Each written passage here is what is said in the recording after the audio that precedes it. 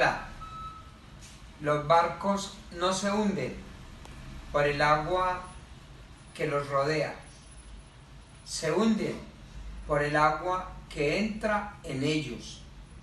No permitas que lo que sucede a tu alrededor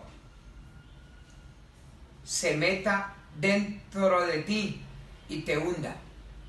Hay que ser positivos. No olvidemos nunca que los tiempos difíciles vienen y van y saldremos adelante.